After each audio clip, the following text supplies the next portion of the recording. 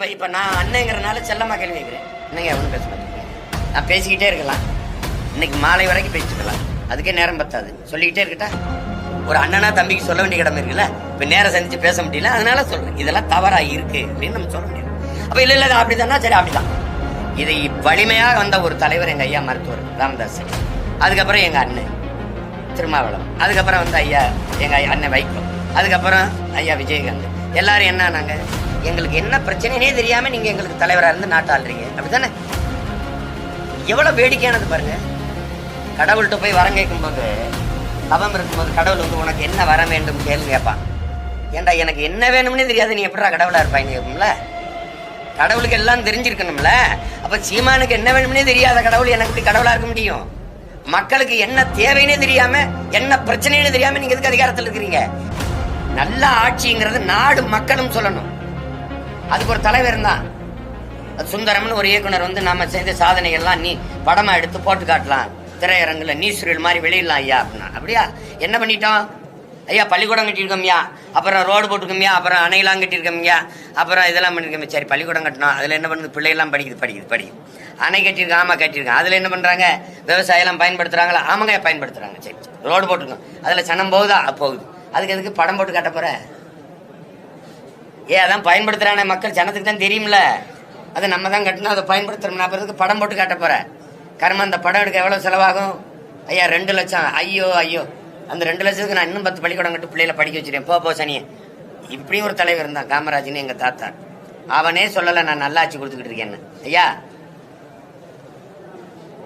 நல்ல ஆட்சி கொடுக்கிறவன் சொல்ல தேவையில்லை, அது மக்களுக்கு தெரியும். படிக்கக்கூடிய அரசியல் தலைவர்கள்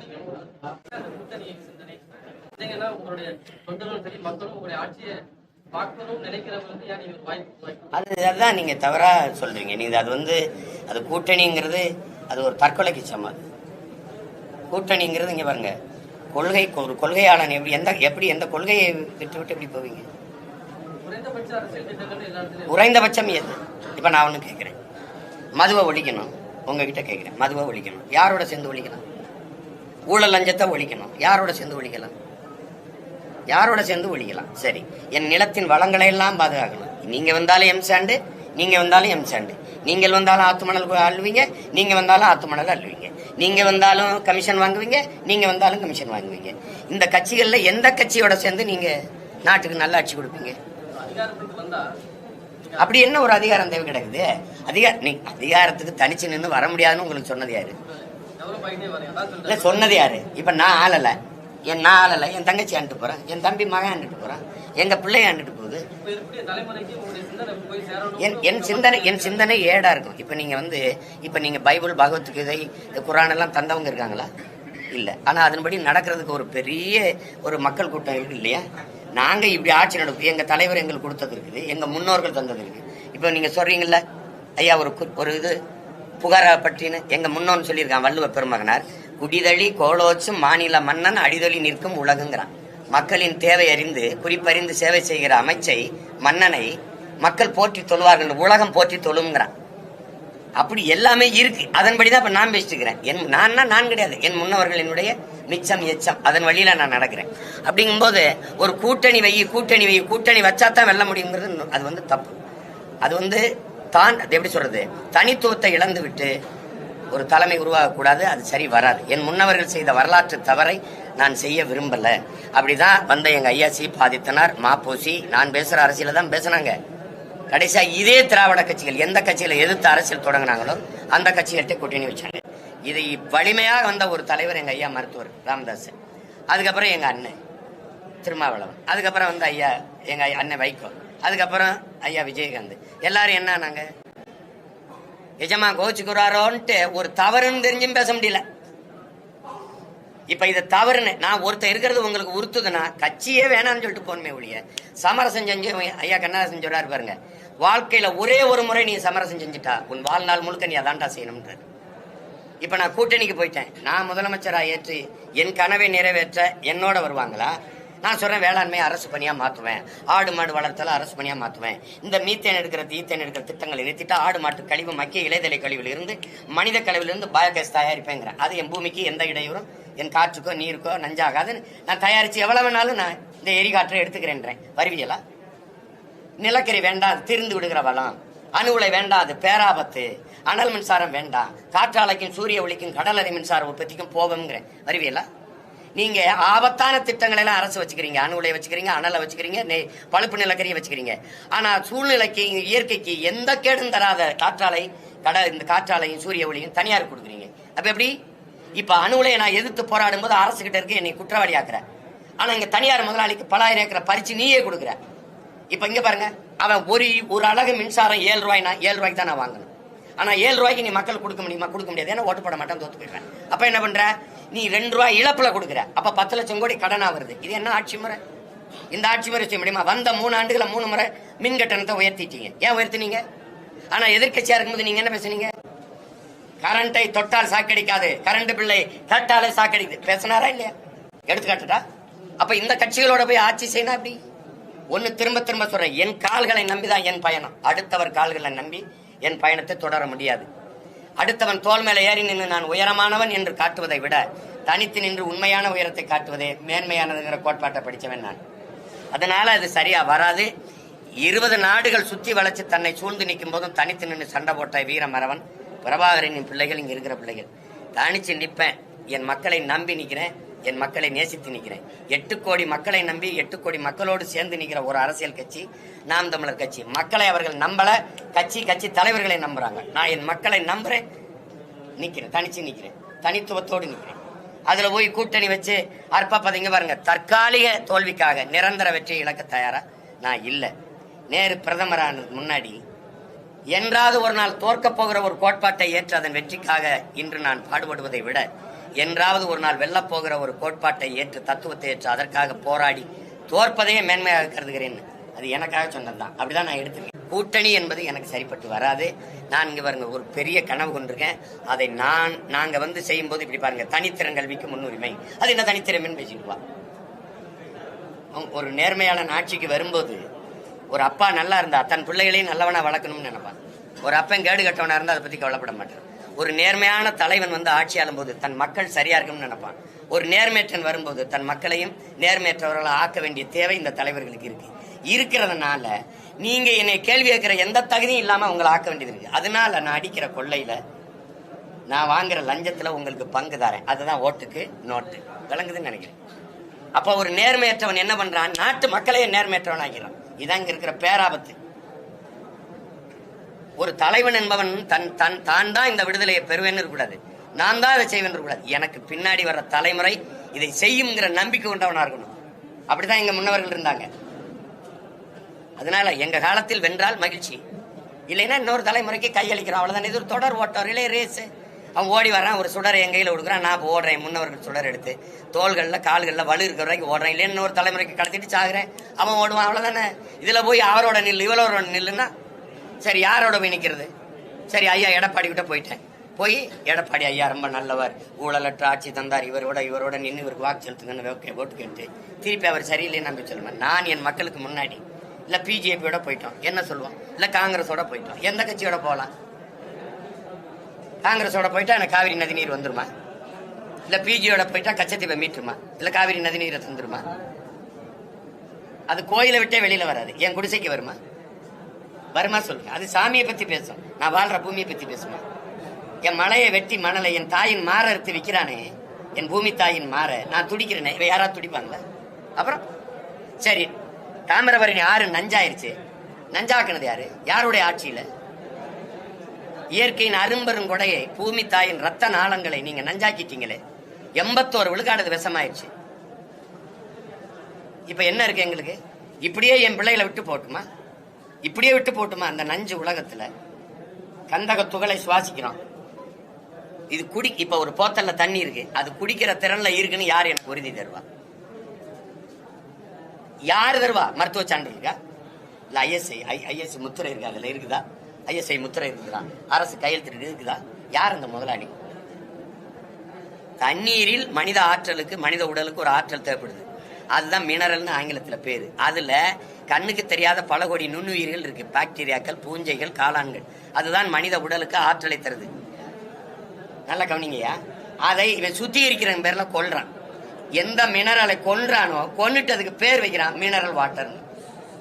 இப்ப அது தாக நிற்கும், ஆனால் தண்ணீரால் என் உடலுக்கு வரக்கூடிய திறன் கிடைக்குமானா இல்லை.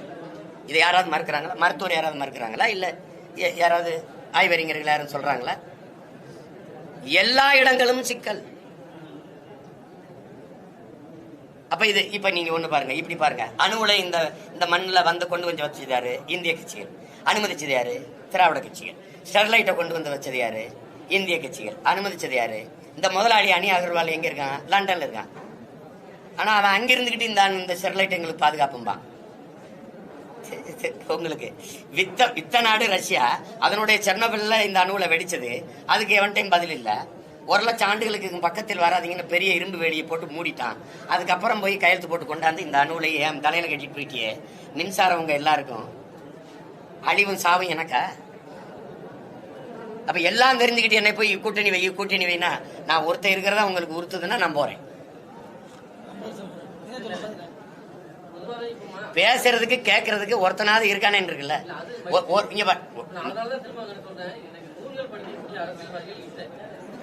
இல்லைன்னு சொல்லாதீங்க, இருந்தாங்க. இங்க பாருங்க ஆக சிறந்த வாசிப்பாளர்கள் என்னுடைய மாமா காளிமுத்து அவர்கள், என்னுடைய அண்ணன் வைகோ அவர்கள், எங்களுடைய ஐயா வைரமுத்து அவர்கள். பழைய தலைமுறை அவங்களுடைய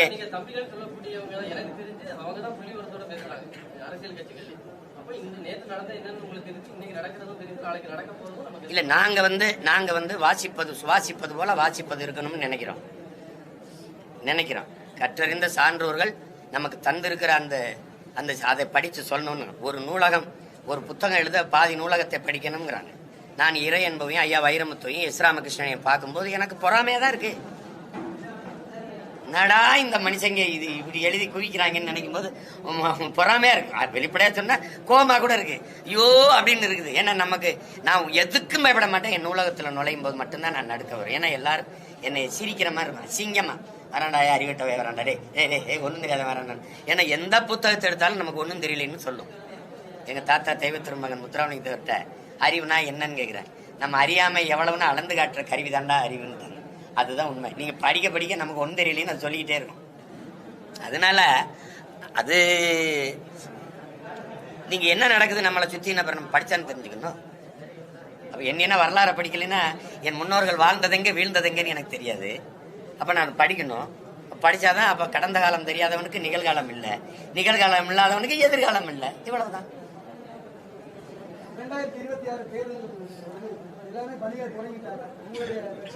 முன்னாடி தொடங்கினாலும் நான் தான். அவங்க எல்லாம் அதிகாரத்தில் இருக்கனால ஊடகங்கள் வெளிச்சத்தை காட்டுறதுனால பழிச்சுன்னு தொடங்கிட்டாங்கன்னு தெரியுது. நான் ரொம்ப நாளைக்கு முன்னாடியே தொடங்கிட்டேன். எனக்கு வந்து என்னுடைய வலிமை என்ன, பலகீனம் என்னங்கிறது எனக்கு தெரியும்.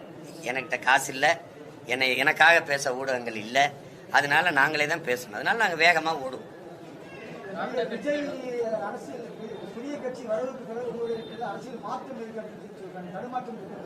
தடுமாற்றம் வந்து மற்றவங்களுக்கு, நான் தடுமாற்றம் இல்லாதனாலதான் இப்படி இருக்கேன். எனக்கும் என் தம்பிக்கு இடையில அண்ணன் தம்பி உறவுங்கிறதுல பாசத்துல எனக்கு துளியும் இல்லை, அன்புல குறையல. எனக்கும் என் தம்பிக்கு இடையில அண்ணன் தம்பி உறவுங்கிறதுல பாசத்துல எனக்கு துளியும் இல்லை, அன்புல குறையல. ஆனால் கட்சியினுடைய கோட்பாட்டு கொள்கையில நாங்க முரண்படுறோம். எங்களுடைய கோட்பாடு அது. இப்ப திமுக இத்தனை வருஷம் இருந்த கட்சி கொள்கையை நான் எதிர்க்கலையா? காங்கிரஸ் எதிர்க்கலையா? பிஜேபி எதிர்க்கலையா? அது மாதிரி எதிர்க்க வேண்டிய தேவை இருக்கு.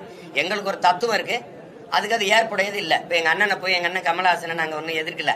அவர் இப்படிலாம் கோட்பாடுன்னு ஒன்று வச்சுக்கிட்டு இது பண்ணல. அவர் நான் ஊழலை ஒழிக்க போறேன்டா அதான் முடிச்சிட்டாரு. விஜயகாந்த் ஐயா வந்தாரு, வறுமையை ஒழிக்க போறேன்ட்டு. அது பிரச்சனை இல்லை. நீங்க வந்து இப்ப நான் உங்களுக்கு ஒண்ணு கேட்கிறேன். என் தம்பி வந்து ஒரு கோட்பாட்டை சொல்றாரு, மதச்சார்பற்ற சமூக நீதிங்கிறார். இப்ப நீ உங்க வாயிலா எல்லார்ட்டையும் கேட்கிற உலகத்தமிழ் மக்கள் எல்லார்ட்டையும் கேட்கிறேன், மதச்சார்புள்ள சமூக நீதினு இந்தியாவில் இருக்கா? இல்ல. அப்ப ஏன் மதச்சார்பற்ற சமூக நீதிங்கிறீங்க? அதுல இஸ்லாமியர் கிறிஸ்தவருக்கான இடஒதுக்கீடு இருக்கா இல்லையா? நான் கேட்டேன். இப்ப நீங்க கேட்டீங்க, நான் பதில் சொன்னேன். இப்ப நான் ஒரு கேள்வி கேட்கிறேன்ல, நீங்க பதில் சொல்லணும். நீங்க தானே கேள்வி கேட்டீங்க. மதச்சார்பற்ற சமூக நீதியில் இஸ்லாமியர் கிறிஸ்தவருக்கான இடஒதுக்கீடு இருக்கா இல்லையா? அப்புறம் அது மதச்சார்பற்ற சமூக நீதி எங்கிட்ட இருந்து வருது? மண்ணின் உரிமைதான் எங்க கொள்கைங்கிறீங்க. மண்ணின் உரிமை எதது? நீங்க மொழி இனம்னு பிரிக்கிறங்கிறீங்க. அப்ப எந்த மண்ணின் உரிமை? தமிழரா திராவிடம்னா எது திராவிடம்னு தெரியல. தமிழ்நாட்டு மண்ணின் உரிமையா, கர்நாடக மண்ணின் உரிமையா, கேரள மண்ணின் உரிமையா, இல்ல பீகார் மண்ணின் உரிமையா, இல்ல குஜராத் மண்ணின் உரிமையா? மண்ணின் உரிமைனா எந்த மண்ணின் உரிமை? இந்த மண்ணின் உரிமை தானே. அப்ப இந்த மண்ணின் உரிமைனா தமிழ்நாடு தானே, தமிழ் இனம் தானே. அப்ப இது மொழி இனம்னு பிரிக்கிறாங்கன்னா இந்த கோட்பாடு எப்படி இருக்கு பாருங்க. சாதி, மதம், மொழி, இனம், பாலினம், நிலம் என்று பிரிக்கிறார்கள்னா இந்தியாவை மொழி வழி மாநிலங்களா பிரித்ததை நீங்கள் ஏற்கிறீர்களா, எதிர்க்கிறீர்களா? இந்த கேள்வி எனக்கு வரணுமா வேணாம்? ஐயா, நீங்க கேள்வி கேட்டீங்க, நான் பதில் சொன்னேன். இப்ப நாங்க வரணுமா வேணாமா? வரணும். இப்ப என் தம்பியுடைய கோட்பாடு எனக்கு ஏற்புடையதா, உங்களுக்கு இருக்குதா? மொழி இனம் என்று பிரிக்கிறார்கள் அவர் பேசும்போது, அப்ப மொழி வழி மாநிலங்கள் பிரிக்கப்பட்டதை நீங்கள் ஏற்கிறீர்களா, எதிர்க்கிறீர்களா? இந்த கேள்வி எனக்கு மட்டும் இல்ல, உங்களுக்கு மேலும் இவருக்கு எழணும். அப்ப ஏற்கிறீர்கள்னா அப்ப மொழி வழி இப்ப மொழி இனம்னு பிரிக்கிறாங்கன்னு எப்படி சொல்றீங்க? நீங்க நான் சொல்றது கேளுங்க. மொழி வழிய மாநிலங்களை பிரித்து விட்டார்கள் சொன்ன இதே ஐயா மோடியே மகாராஷ்டிரா அது இந்து தானே, அங்க குஜராத் நீ இந்து தானே, எதுக்கு குஜராத்தை தனி மாநிலமா கேட்ட? ஏன்னா அவன் மராட்டிய, நீ குஜராத்தி. 6 வயசு பையனா இருக்கும்போது RSS கொடியை பிடிச்சுக்கிட்டு தனி மாநிலம் கேட்டு போராடியதுல பேரணியில நடந்திருக்காரு மோடி. யாராவது மறுக்கிறீங்களா? அப்ப நீங்க பதவிக்கு வந்த பிறகு மொழி வழியா பிரிச்சுட்டாங்கிறது. அப்ப பிரிச்சவன், அதுக்காக போராடியவன், பட்னி கிடந்து செத்த எங்க சங்கரலிங்கனாரு, அந்த பொட்டி ஸ்ரீராமலு, இவெல்லாம் பைத்தியக்காரப்ப. எதை சொல்ல வரீங்க நீங்க? இப்ப இந்த கோட்பாட்டை, என் தம்பி சொல்ற கோட்பாட்டை ஒரு அண்ணனா, அவனுக்கு மூத்த அரசியல் அந்த நீண்ட காலமா இருக்குன்னா அது தப்பு. நீ அந்த மாதிரி சொல்லாத. சாதி மதம்னு பிரிக்கிறாங்கன்னு சொல்லு. ஏன்னா சாதி மத உணர்ச்சி மனிதனுக்கு மட்டுமானது. மொழியின் அடிப்படையில் உலகம் முழுமைக்கும் அரசியலை கட்டமைக்கிறான். அப்படிதான் இந்தியாவே மொழி வழியே தான் மாநிலங்கள், தேசிய இனங்கள், நிலங்கள் பிரிக்கப்பட்டிருக்கு. தனித்தனி நாடாக நம்ம பிரியலைனாலும் தனித்தனி மாநிலங்களாக நம்ம பிரிந்திருக்கிறது காரணம் மொழி வழியே தான் தேசிய இனங்கள், நிலங்கள். அதை விளங்கிடணும். அப்ப அந்த மாதிரி ஒரு கொள்கையை எனக்கு பின்னாடி வர என் தம்பி மக்கள்கிட்ட எடுத்து வைக்கும்போது அது சரியில்லப்பா மாத்து அப்படின்னு சொல்ல வேண்டியது இருக்குது இல்லையா? நீங்க ஆவின் பாலோட கருப்பட்டி பால் கொடுப்போம்னு என் தம்பி சொல்லிடுற. கருப்பட்டி பால் எப்படி ஆவின் பாலோட கொடுப்பீங்க? இப்ப நான் சொல்றேன்னா, நான் குடும்ப நியாய விலை கடையில, ரேஷன் கடையில இந்த வெள்ளை சக்கரை கண்ட நோயை தருது, அதை தடை பண்ணிடுறேன். அதுக்காக கருப்பட்டி, வெல்லம், பனை வெள்ளம், இந்த கரும்பு வெள்ளத்தை கொண்டு நான் கொடுக்குறேன். அதை ஐயா எடப்பாடி கூட செயல்படுத்தினாங்க. அதை பெரிய அளவு கொண்டு வர முடியல, ஏன்னா அவங்க அதுல அதை செய்யல. பனை வெள்ளத்தை இறக்கி கொண்டு வரும், நம்ம கொண்டு வரோம்ங்கிறோம். அப்ப அது ஆவின் பால் கொடுக்கறது சரி, ஆந்திராவில வாங்கி கொடுக்குது இந்த அரசு, அது போல கொடுப்பீங்களா? இப்ப நான் ஆடு மாடு வளர்க்கிறேங்கிற, அது மாதிரி வளர்த்து கொடுப்பீங்களா? ஒரு கோட்பாடு வருது இல்ல. பாலின் சந்தை மதிப்பு எவ்வளவு இருக்கும்னு நினைக்கிறீங்க? தமிழ்நாட்டில் 9 லட்சம் கோடி இருக்கு. நீங்க அங்க வரமாட்டேங்கிறீங்க. ஆடு மாடு வளர்க்கறது அவமானம், எனக்கு வெகுமானம், வருமானம். ஏன்னா ஆடும் மாடும் எங்களுக்கு விலங்குகள் அல்ல, எங்கள் செல்வங்கள். நான் ஆதியில செஞ்சதே ஆடு மாடு வளர்த்தது தான், உங்களுக்கு தெரியும் நினைக்கிறேன். 2வது நிலத்துல, முல்லை நிலத்திலேயே நான் ஆடு மாடு வளர்த்துட்டேன். அப்புறம் மருத நிலத்துல ஆடு மாடு வளர்த்து வேளாண்மை செய்ய தொடங்கிட்டேன். இப்ப இது தெரியாம நீங்க ஆவின் பால் கொடுப்பேன், சரி கொடுங்க. எங்கிருந்து கொடுப்பீங்க? இப்ப ஆந்திரால இருந்து வருது. கறி எங்கிருந்து வருது? ஆந்திரால இருந்து வருது. இது போலவே உங்க ஆட்சியிலையும் வருமா? இல்ல நீங்க பாலுக்கான மாடு, கறிக்கான ஆடு வளர்ப்பீங்க? இப்ப நான் வளர்ப்பேங்கிறேன், அதனாலதான் ஆடு மாடு வளர்த்தல அரசு பணியா மாற்றுவேன்னு சொல்றேன். அதுக்கு சிரிக்கிறாங்க. அப்ப ஏண்டா டாஸ்மார்க் கடையில சாராயம் ஊற்றி கொடுக்குறவன் கவர்மெண்ட் வேலை பார்க்கலாம், ஆடு மாட்டுக்கு ஊசி போடுற வெட்டினரி டாக்டர் கவர்மெண்ட் டாக்டரா இருக்கலாம், ஆடு மாடு வளர்க்குறவங்க ஆத்தாளப்பேன் கவர்மெண்ட் எம்ப்ளாயா இருக்கக்கூடாதுன்னு நான் கேட்கிறேன். அப்ப அந்த மாதிரி ஒரு கோட்பாட்டை வைக்கும்போது எதிர்கேள்வி வருமா வராதா, அது எப்படின்னு ஆய்வு செய்து வைக்கணும். இல்லைன்னா அப்படி சொல்லும்போது இப்ப நான் அண்ணங்கிறனால செல்லமா கேள்வி வைக்கிறேன். இப்ப நாங்க 2 பேரும் மோதிக்கிறோங்கிறதுனால அவன் கேள்வி கேட்காம இருக்கான். உங்களுக்கு புரியுதுன்னு நினைக்கிறேன். இப்ப அதனால என்னன்னா, ஒண்ணு இதை மாத்திக்கணும். இது மாதிரி இது வரும்போது தப்பா இருக்குதுல்ல. இப்ப மொழிக் கொள்கைன்றார், இருமொழி கொள்கைங்கிறார். நாங்க என்ன சொல்றோம், கொள்கை மொழி ஒரு மொழி தான், தமிழ். அப்பதான் பலவர் விளக்கிட்டேன். எனக்கு 1 கோடி அம்மாக்கள் இருக்காங்க. என்னை பாக்குறதுலாம் என் மகனேன்னு சொல்லுவாங்க, நான் அம்மான்னு சொல்லுவேன். ஆனா பெத்தவ ஒருத்தி தான் இருக்கான். அது மாதிரி உலகம் முழுமைக்கும் ஒவ்வொரு தேசிய இனத்திற்கும் கொள்கை மொழி அவன் தாய்மொழியா தான் இருக்கணும். நான் என்ன சொல்றேன், என் கொள்கை மொழி தமிழ், பயன்பாட்டு மொழி ஆங்கிலம். இப்ப பயன்பாட்டு மொழிக்கும் கொள்கைக்கும் வேற இருக்கு. இப்ப நான் என்னை பெத்தவர் அப்பா, இந்த 10 வீட்டுக்காரர் இவரும் எனக்கு அப்பா அப்படின்னு சொல்ல முடியாது. அப்ப கொள்கை மொழி ஒரு மொழி தான், என் தாய்மொழி தமிழ். ஆங்கிலம் பயன்பாட்டு மொழி, அப்படிதான் அது வரையறுக்கணும். உலகத்தின் எம்மொழியும் நாங்கள் கற்போம், இந்தி உட்பட, தேவைனா கற்போம். அப்படிதான் கொள்கையை வகுக்கணுமே ஒழிய இருமொழி கொள்கைனா எப்படி கொள்கைன்னா, இப்ப திருநெல்வேலிக்கு நீங்க போனீங்களா, நம்ம தமிழ்ல இருக்கும், திருநெல்வேலி இங்கிலீஷ்ல இருக்கும், இருக்கா இல்லையா? சென்னைக்கு வந்தீங்கன்னா நம்ம தமிழ்ல இருக்கும், சென்னை இங்கிலீஷ்ல இருக்கும், நம்ம சதுரங்க விளையாட்டு தானே. நம்ம செஸ், இது என்ன மொழி? இதான் இருமொழி. நம்ம பள்ளிக்கூடம் அப்படித்தானே இருக்கணும். நம்ம தமிழ்ல இருக்கும், ஸ்கூல் ஆங்கிலத்தில் இருக்கும். இப்ப விளங்குத நான் சொல்றது. இது மாதிரி ஒவ்வொன்றும் செய்யறதுதான் இது. நம்ம எல்லாம் நம்ம இருக்கோம், அப்புறம் மீதி பூரா இங்கிலீஷ்ல இருக்கும், தங்கிலீஷ் ஆக்கும். அரசே செய்யுங்க. இப்ப எங்க ஊர் ராம்நாடுக்கு நான் போய்கிட்டு இருக்கேன். Welcome to Ramnad. யாருக்கு எழுதி வச்சிருக்க நீ? யாருக்கு எழுதி? சரி, வட இந்தியக்காரன் இங்க வர்றான், ராமேஸ்வரத்துக்கு எங்க ஊருக்கு சாமி கும்பிட வரான், வெல்கம் டு ராம்நாடுன்னு போட்டிருக்கேன். ராமநாதபுரம் மாவட்டம் உங்களை வரவேற்கிறது, இனிதே வரவேற்கிறது எழுதிட்டு கருமம் கீழே வெல்கம் டு ராம்நாடுன்னு போடு. நான் ஏதாவது சொன்னா கேளு. ஆனா நீ வெல்கம் டு ராம்நாடுன்னு போட்டு வச்சிருக்கிய, யாரு போட்டு வச்சிருக்க? இதுக்கு பேர் என்னது? இதான் இந்த இருமொழி கொள்கை, இளவு கொள்கை. அப்ப கொள்கை எங்களுக்கு மும்மொழி கொள்கை மோசடி கொள்கை, இருமொழி கொள்கை ஏமாற்று கொள்கை, கொள்கை ஒரே மொழி கொள்கை தமிழ் மொழி கொள்கை, எங்கள் மொழி கொள்கை, அப்படிதான் சொல்லணும். இப்ப அதை வந்து ஒரு அண்ணனா தம்பிக்கு சொல்ல வேண்டிய கடமை இருக்குல்ல. இப்ப நேரம் சந்திச்சு பேச முடியல, அதனால சொல்றேன் இதெல்லாம் தவறா இருக்கு அப்படின்னு நம்ம சொல்ல வேண்டியது. அப்ப இல்ல அப்படித்தானா, சரி அப்படிதான். போய் பாய்ச்சிருக்கீங்க, அவருக்கு என்ன தெரியும் பாவம்? அவராவா படிக்கிறாரு, யாரோ எழுதி கொடுக்குறான், அது வாய்ச்சி விட்டு போறாரு. அவரை போய் குறை சொல்லிட்டு இருக்கீங்க. பெர்மனன்ட் ஸ்டாப்ப பேசுங்க, டெம்பரவரி ஸ்டாப்ப பேசிக்கிறீங்க நீங்க. என்ன யாரைன்னு சொல்லுங்க, யார பேசணும்? அவரை பேசணுமா? அவரை பேசுனது காட்ட முடியுமா? சும்மா ஏதாவது பேசக்கூடாது. மாண்பை பத்தி எனக்கு கற்பிக்க வேண்டியதில்லை. எங்கள் இனத்தின் மாண்பே மற்றவர்களை மதிக்கிறது தான். இந்த கட்சியெல்லாம் எனக்கு மரியாதை கொடுக்குதா? பாக்குறீங்களா வலையொலியில? சும்மா போற போக்குல சொல்லிட்டு போறதான். அவர் மரியாதை இல்லாம பேசுறேன். நீங்க வர சொல்லுங்க, விழுந்து கும்பிடுவோம் வேணா ஐயா அப்படின்னு கும்பிட்டு பேசிட்டா என்னத்தையாவது பேசிட்டு கூடாது. அது ஒண்ணும் பண்ண முடியாது.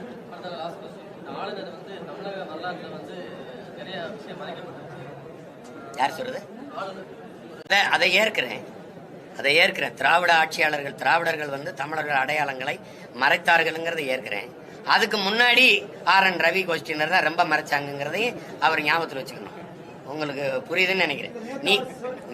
நீங்க எங்க பாட்டன் வஉசியை மறைச்சு வல்லபாய் பட்டேலை தூக்குனது யாரு? நீங்க தான். எங்க முன்னோர்கள் பூலித்தேவன், தீரன் சின்னமலை, அழகுமுத்துக்கோன், மருதுபாண்டியர், புரியுது, வேலுநாச்சியார் எங்க பாட்டி, இந்த மாதிரி எங்க முன்னோர்கள் அரும்பிடுங்க முத்தரையர், சுந்தரலிங்கனார், வெள்ளையத்தேவர், எங்களுடைய வீர பரம்பரையை மறைச்சு நீங்க மன்னன்னாவே வீர மன்னன்னாவே எங்க வரலாறு எங்க கொண்டு வந்தீங்க? இந்த என்ன சொன்னீங்க? மராட்டிய மன்னன் சிவாஜின்னு போட்டி. சிவாஜினா வீர சிவாஜி. நாங்கெல்லாம் சோர கூட்டம். வீர பெண்ணுனாவே சான்சி ராணி. எங்க பாட்டி பிறந்து இறந்து 85 வருஷம் கழிச்சு தான் அந்த மணிக்கரணைங்கிற பெண்ணே பிறக்கிறான். வரலாற்றுல எப்படி எழுதிச்சா? நான் புத்தகத்துல படிக்கும்போது படிச்சேன். எனக்கு தென்னாட்டின் சான்சி ராணின்னு. இப்ப நான் வந்து 5 எழுதுறேன் அங்க அவளை வடநாட்டின் வேலை நாச்சியாரு பைத்தியக்காரப்பட அப்படின்னு நம்ம வந்து சொல்றோம். நீங்க தான் முதல்ல அந்த வேலையை ஆரம்பிச்சீங்க, இவன் அதை தொடர்றான். அதனாலதான் நாங்க ஆரியமும் திராவிடமும் ஒண்ணு அப்படிங்கிறோம். 2 பேரும் ஒண்ணுதான். 2 பேருமே தமிழர்களுக்கு, தமிழுக்கு எதிரானவர்கள். தமிழர் அடையாளங்களை, தமிழ் மொழியை, தமிழரின் தொன்மத்தை, தமிழரின் பண்பாட்டை, தமிழரின் வழிபாட்டை சிதைத்து அழிப்பார்கள். மகிழ்ச்சி.